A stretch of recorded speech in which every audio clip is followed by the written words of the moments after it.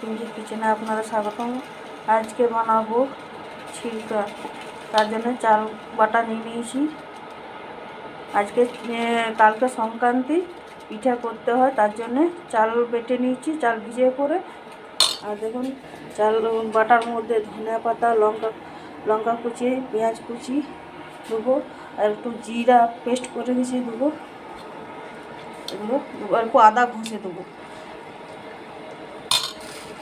চালগুলোর মধ্যে জিরা বাটা দিয়ে দিয়েছি, আর লঙ্কা দেবো, ধনিয়া পাতা, আদা গ্রেট করে দিয়ে দিয়েছি,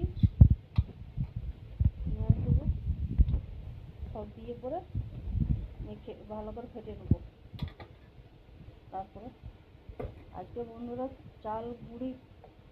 চাল গুঁড়ো করা, কালকে সংক্রান্তি তো আজকে চাল গুঁড়ো করতে হয়। চাল গুঁড়ো করে আজ পিঠা ও কালকে পিঠা হয়।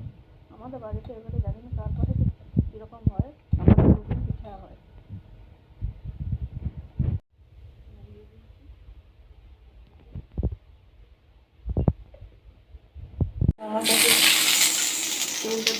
হয়তো দিয়ে দিয়েছি, এবারে ছিলকাটা উঠিয়ে নেব।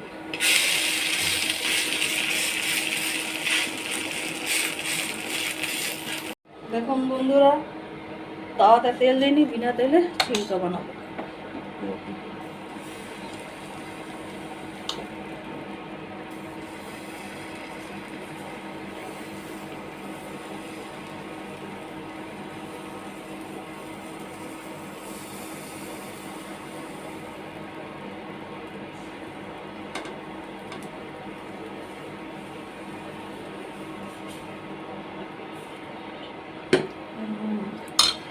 কি সুন্দর উঠবে,